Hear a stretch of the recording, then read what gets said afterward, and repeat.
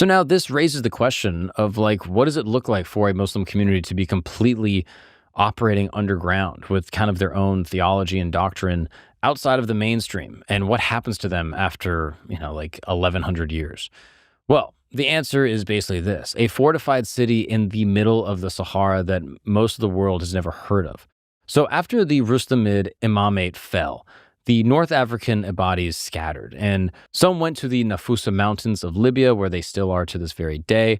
Some went to Jerba. This is an island off the Tunisian coast, and some made the craziest move of all. They walked south into the desert, past the edge of basically any map that they had, and they built cities in a place called Mzab in the Mzab Valley.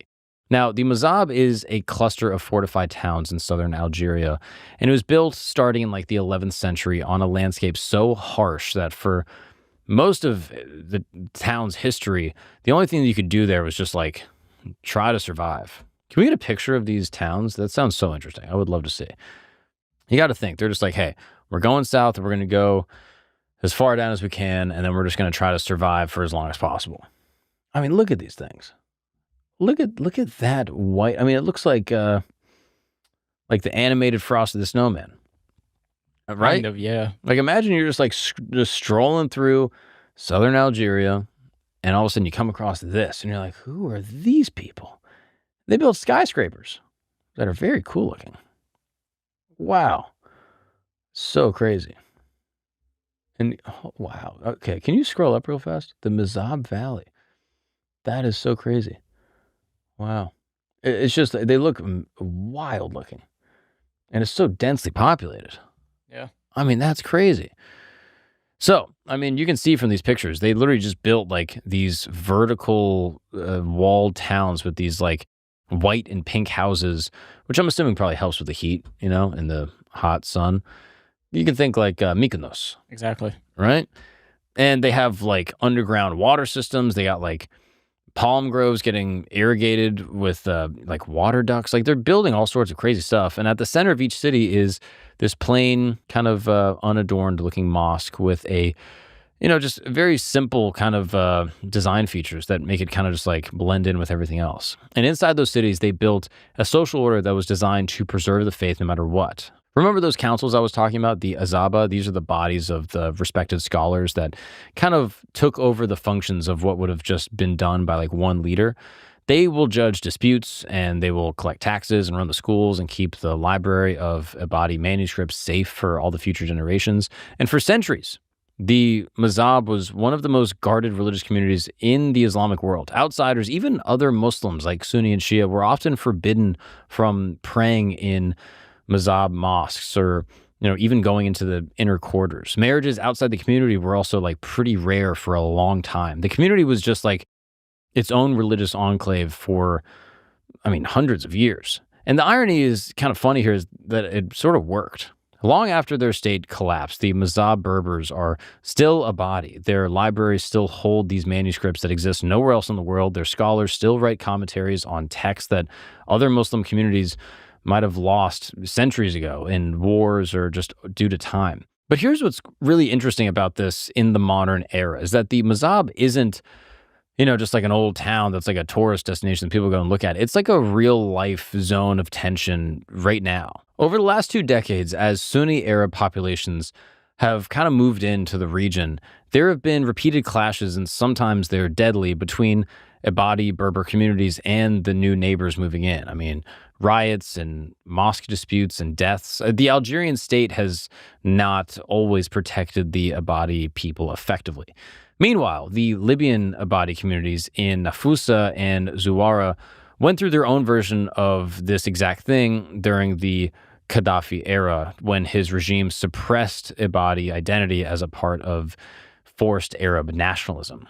So after Gaddafi's fall in 2011, those communities reasserted themselves, openly flying Ibadi religious symbols and publishing Ibadi texts and reopening scholarly networks for the first time in, generations.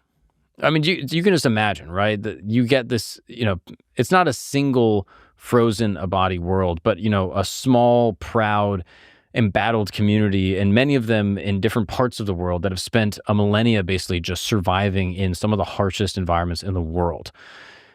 Now, on the other side of the Arabian Peninsula, the Ibadis weren't on the edge of the empire anymore. And as a result, they were actually running their own.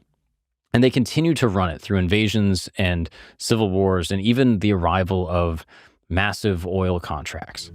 So, the last elected imam of Oman, the country, took office in 1954. And that's pretty interesting because this is not 1254, 1854. We're talking about 1954. This is the Korean War. We have color TV. I mean, the space race is starting. So while the modern world is like building all this stuff, the theocratic Ibadi imam is elected by tribal councils in the Omani interior. And this is governed by just your regular classic Islamic law led by a scholar in the tradition stretching back to Basra. And it's still functioning as a sovereign political entity.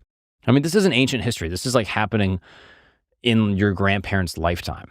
So this guy that we're talking about, the last elected imam of Oman, was a scholar named Ghalib al-Khanai. And Elvis Presley is like recording songs. There is a theocratic Islamic imam elected by a council into the highest positions in the country of Oman.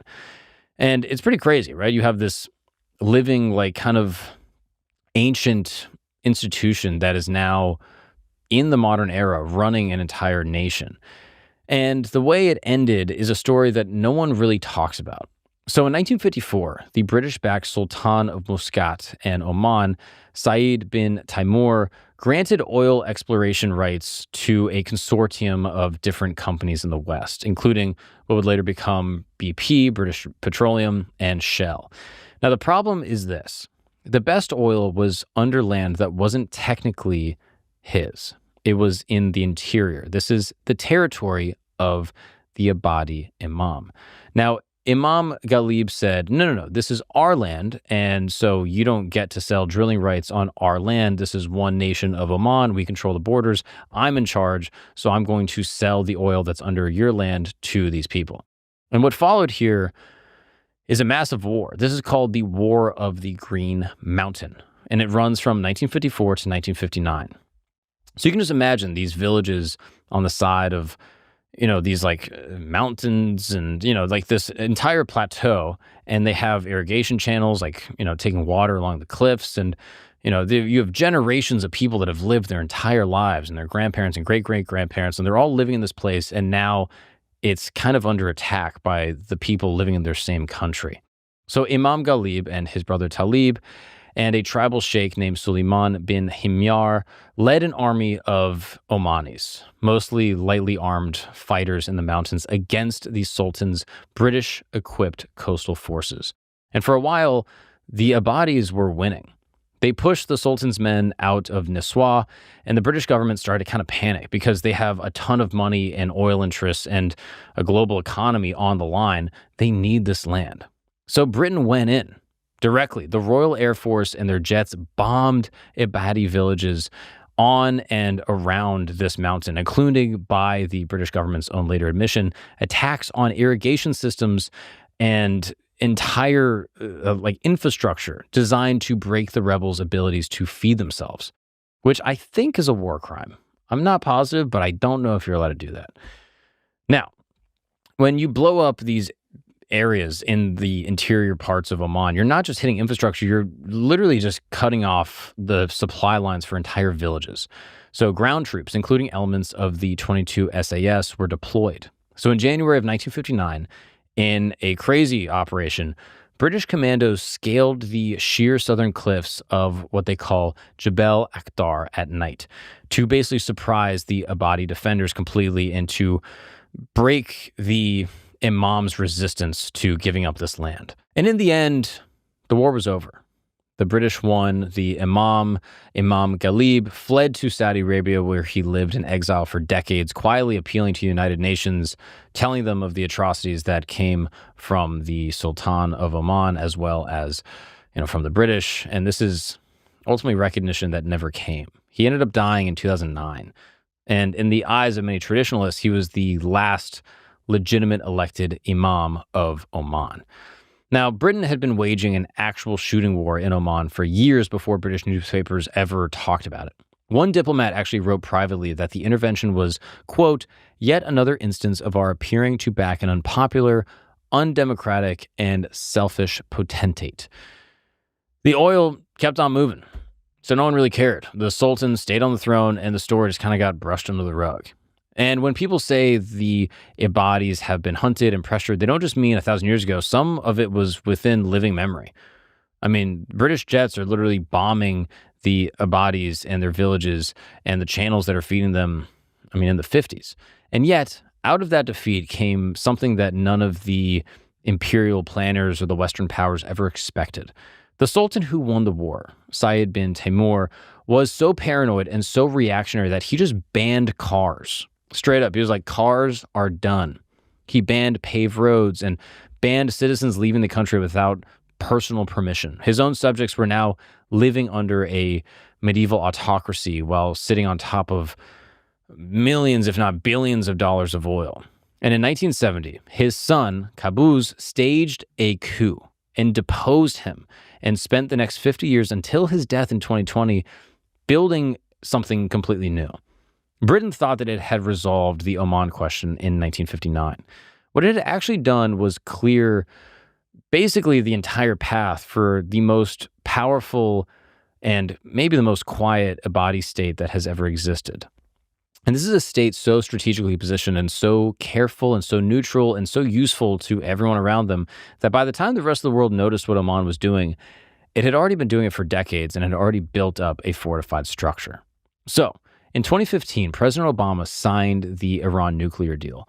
And the public story was Geneva, right? Vienna. The major world powers came to a table and got this deal done. But the real story is actually in Muscat. And for years before that signing, American and Iranian officials had been meeting secretly in Oman, flying in separately, meeting in government-provided locations, and working through the framework that would eventually become the JCPOA. This is basically the nuclear deal. The meetings were so discreet that other Gulf states didn't know that they were even happening.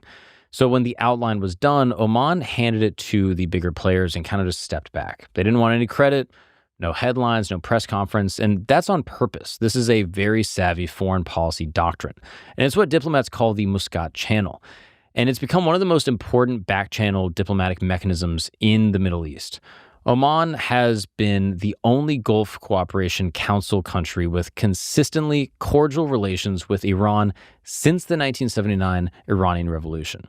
It's the only Gulf state that didn't join the Saudi-led coalition in Yemen. And it's even hosted Israeli prime ministers, Yitzhak Rabin in 1994 and Benjamin Netanyahu in 2018. And at the same time, it's maintaining close ties with Iran and Palestinian groups. It's like crazy how politically savvy they are. They've mediated hostage releases, they've facilitated talks between rivals, and they've served as a meeting point for, almost every major conflict in that region. Its foreign policy doctrine, established by Sultan Qaboos, is often summarized in just 6 words: friend to all, enemy to none. And here's where the religious angle comes back in, because it isn't just being pragmatic. You see, Ibadism is neither Sunni or Shia, so it sits outside the main sort of sectarian axis of the Middle East and Middle Eastern politics. So when Oman mediates between Saudi Arabia and Iran, which, as we know, is the leading Sunni power and the leading Shia power, it's not seen as like having a slant for either side. It has what they call sectarian neutrality. And that is worth an enormous amount when you're trying to get two hostile governments to sit at the same table, that they feel like there's a unbiased mediator that's still technically Muslim. Now, the doctrine of walaya and bara'ah is principled and it's very non-hostile, and it keeps an arm's length from people you disagree with. And this has long been the Ibadi experience of living as a minority under other people's rulers. And it really shaped the culture that is both kind of, conservative and, ultimately keeps themselves, but is still very against, grandstanding as like the one true version of Islam. So the same reflex that once told Ibadis, don't provoke the empire, keep your head down, like keep your community intact, focus on your family, is now working extremely well as like an instinct of a small state in a very dangerous part of the world. Like, hey, stay calm, stay neutral, and be open to working things out with anyone that's down to make a deal. And that's even a name for Oman's strategy. They call it strategic quietism. This is a deliberate, calculated decision to stay neutral and let people come to you. And this is literally kind of what the Kitman is all about. Remember, the Kitman, this is the fourth state of the religion translated into a foreign policy doctrine. The same instinct that told persecuted Ibadis in, 1909 to go underground rather than fight a battle that they can't win is the same instinct that is creating a foreign policy decision in Oman in 2024 to host the meeting and hand off credit and stay neutral and disappear from the headlines. The theology didn't just shape the community and the culture and how the people are operating on a small scale. It became the operating system of an entire state. And this state, almost nobody outside the region really pays that much attention to. Like, it's not like, it hasn't got enough coverage or whatever. It's genuinely, almost intentionally unknown in a way that really reveals something about how religious history gets written and how these stories get remembered. And there's 4 reasons why Ibadis and Ibadism is the forgotten third branch of Islam. And the further you go down, the more you really understand about who these people are. First reason is just representation, right? The reason you probably haven't heard of the Ibadi or Ibadism is because they make up less than 1% of the global Muslim population. And in a religion of nearly 2 billion people, that's like so insignificant, right? Sunnis outnumber the Ibadis like 100 to 1.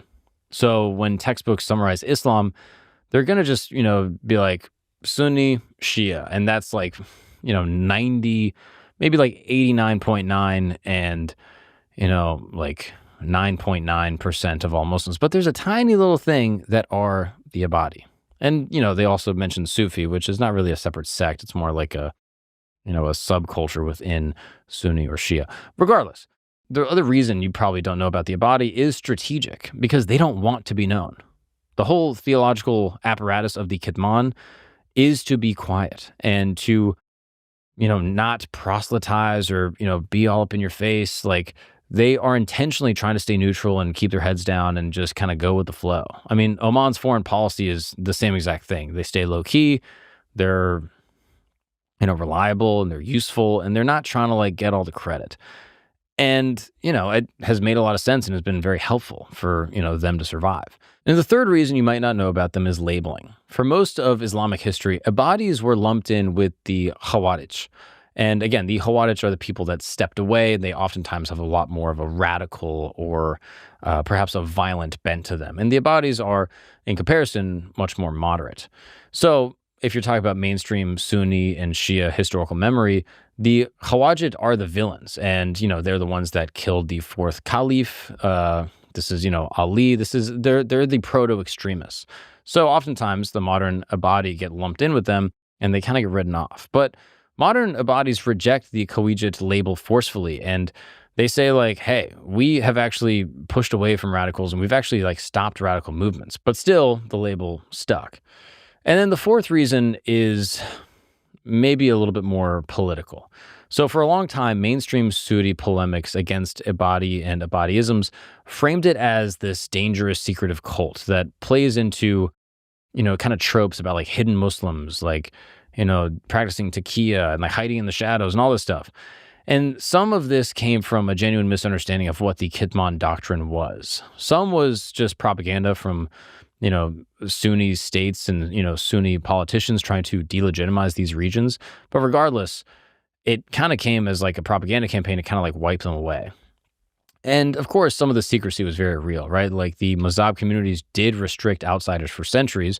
So as a result, manuscripts were just passed hand to hand through trusted networks and never really published for everyone to know about. So if you were a Sunni Muslim in the year 1000, you might not even know anything about these people. Now, you have a combination of all these factors, and it produces a real gap in understanding the global religious playing field. Most educated Westerners, they might not know anything about the Ibadi, and many Sunnis and Shias, they might not even really know who they are, or they might see it as like a cult or something like that. And I think the Ibadi hold a really unique part of religious history, because for most of human history, religions survive by being really loud, right? Like they'll have cathedrals and missionaries, and their visibility helps them survive. It's hard to preserve something that you don't know even exists. So for Catholics or even Muslims, by having control of the power structures or governments or creating the Holy Roman Empire, or of course, the Muslim caliphates, you're able to really control your destiny and create some type of protection for your people and for your religion. But for the Ibadis, that wasn't really an option. They moved to the mountains and they built cities and deserts that no one really wanted. And they wrote doctrine for how to lead communities in secret. And they refused to play inside the Sunni Shia game that defined everyone else's story. And they kind of just made their own in a much smaller, much more underground way.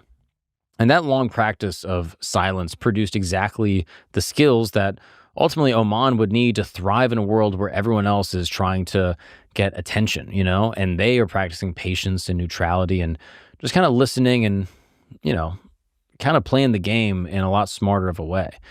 And this is the philosophical thread that I really like, is that we live in a time that is entirely organized around visibility, right? Like everyone wants attention. They want to be seen. They want to be praised. They want to be rewarded. Every news cycle and institution and movement, they all want to be pushed onto something and to get as much attention as possible. And that's where I kind of admire the Ibadi. This is a 14th century tradition, or 14th century long tradition, rather, born from a battlefield argument in 657 AD that is still here and still running because of how quiet and smart they could be. The Ibadis didn't survive history by winning all the time. They survived by knowing how to play the game and working smarter, not harder. And that's not just a religion, right? In today's day and age, that might be just the craziest idea of all of them, just being like, hey, I'm actually above all the attention. You guys fight and bicker, and I'm just going to post up on the side and keep things pushing. And that, ladies and gentlemen, is a brief history of the Ibadi people and a look at their theology and ultimately what they believe and why they are different than the Sunni and the Shia.